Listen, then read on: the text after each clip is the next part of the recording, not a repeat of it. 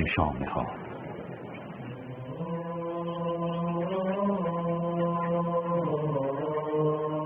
حیوانات، پدیده های الهی.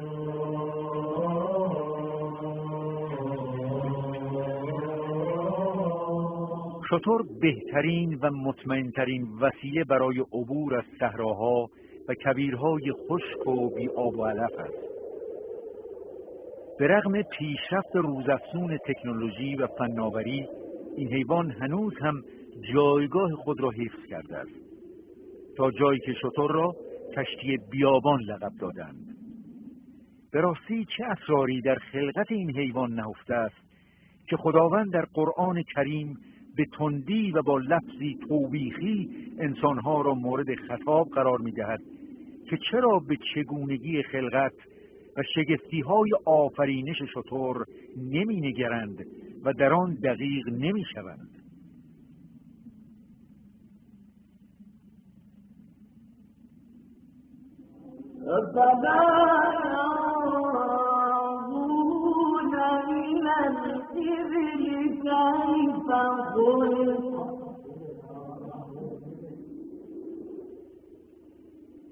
آیا آنان به شتر نمی نگرند که چگونه آفریده شده است؟ سوره مبارکی غاشیه، آیه 17.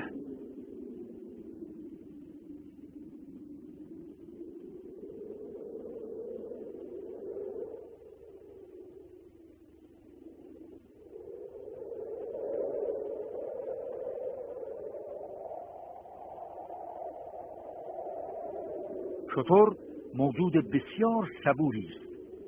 این حیوان گاهی تا بیش از 10 روز در برابر تشنگی و گرسنگی طاقت می‌آورد، در حالی که میزان تحمل تشنگی در مورد انسان و در گرمای طاقت فرسای بیابان از 3 روز تجاوز نمی‌کند. علاوه بر این شترها عرق نمی‌کنند و می‌توانند دماهای بسیار بالایی را که برای انسان مرگاور است تحمل کنند. در نوعی شتر به نام شتر جماز که با سرعت می‌دود و مخصوص مسافرت در کویر است، یک مخزن 120 لیتری آب وجود دارد که در میلیاردها میلیارد سلول بدن حیوان پراکنده است. این سلول‌ها می‌توانند تا 240 برابر منبسط شده و آب را در خود ذخیره کنند. همچنین شتر مواد غذایی لازم برای مواقع ضروری را در کوهان خود ذخیره می‌کند.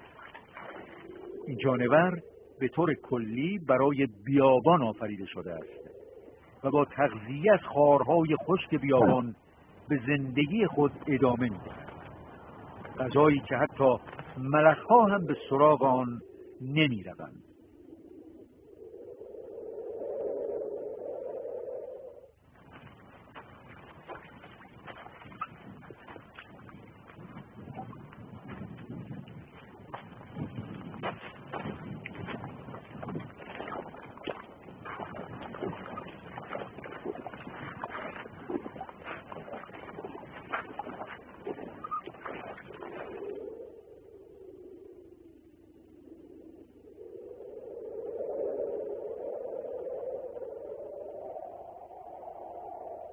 به هنگام وقوع طوفان شن که هر موجود زنده‌ای میبایست پناه بگیرد تا از خفگی به هلاکت نرسد، شتر با بستن راه بینی، گوش و چشم به راه خود ادامه میدهد و در لحظات بسیار کوتاه موقتاً راه بینی خود را باز کرده و نفس می‌کشد. همچنین میتواند پلک دوم را بر روی چشم خود بکشد تا از گزند شنهای بیابان در امان بماند.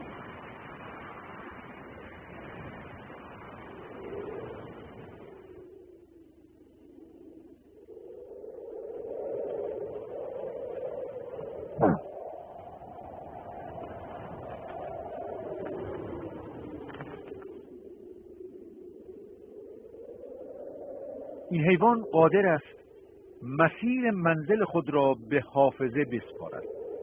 تا جایی که حتی در شب‌های بسیار تاریک هم راه را گم نخواهد کرد.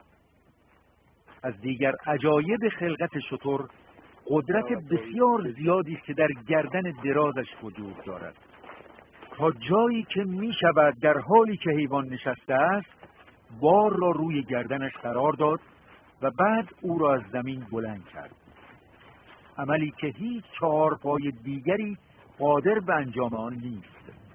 همچنین گردن دراز شتر مانند یک اهرم عمل کرده و حیوان را در برخاستن کمک می‌کند.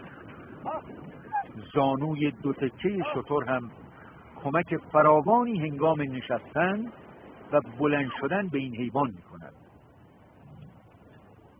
شترها موجودات آرامی هستند و به کارگیری آنها بسیار آسان است. حتی کودکان هم می‌توانند بر پشت آنها سوار شده و به راحتی آنها را هدایت کنند. در این حال زمانی که به خشم بیایند تبدیل به موجوداتی رام نشدنی و بسیار خطرناک می‌شوند.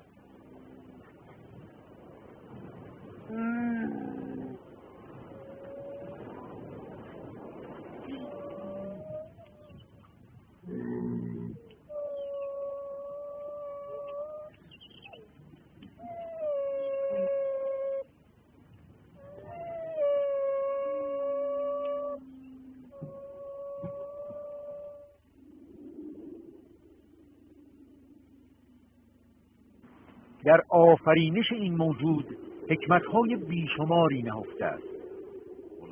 از جمله سازندگان اتومبیل برای اینکه بتوانند تولیدات خود را به بهترین شکل ممکن در بیابان‌ها به حرکت درآورند، روی به مطالعه دقیق‌تر در آفرینش شتر آوردند. سطح پاهای شتر بهترین تناسب ممکن را با شنهای صحرا دارد، به طوری که نه زیاد پهن است و نه زیاد کوچک. نسبت خاصی هم بین وزن شتر، چپ پاهای او و ماسه های صحرا وجود دارد. محققان با بررسی ساختمان پای شتر سعی کردند هر سه مؤلفه را در ساخت محصولات خود رعایت نمایند. به راستی که توجه و تعمق در آیات نورانی قرآن کریم و مطالعه و بررسی زندگی و چگونگی خلقت حیوانات میتواند سرچشمه اختراعات و اکتشافات بسیاری باشد.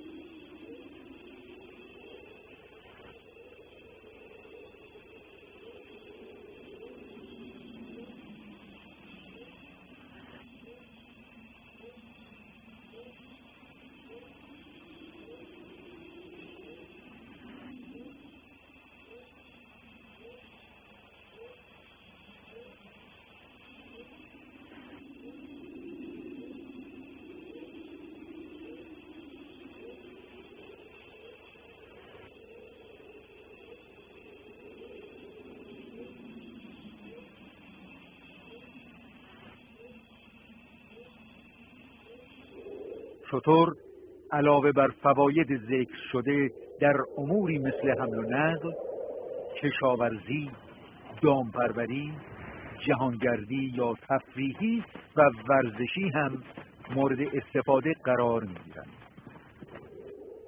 پرشگفت نیست که چرا خداوند در قرآن کریم شتر را در ردیف آسمان و زمین و کوه‌ها قرار داده و نگریستن در خلقت این حیوان را با تفکر در سایر پدیده‌های بزرگ طبیعت یکسان دانسته و حتی گاهی مقدم بر آنها آورده است.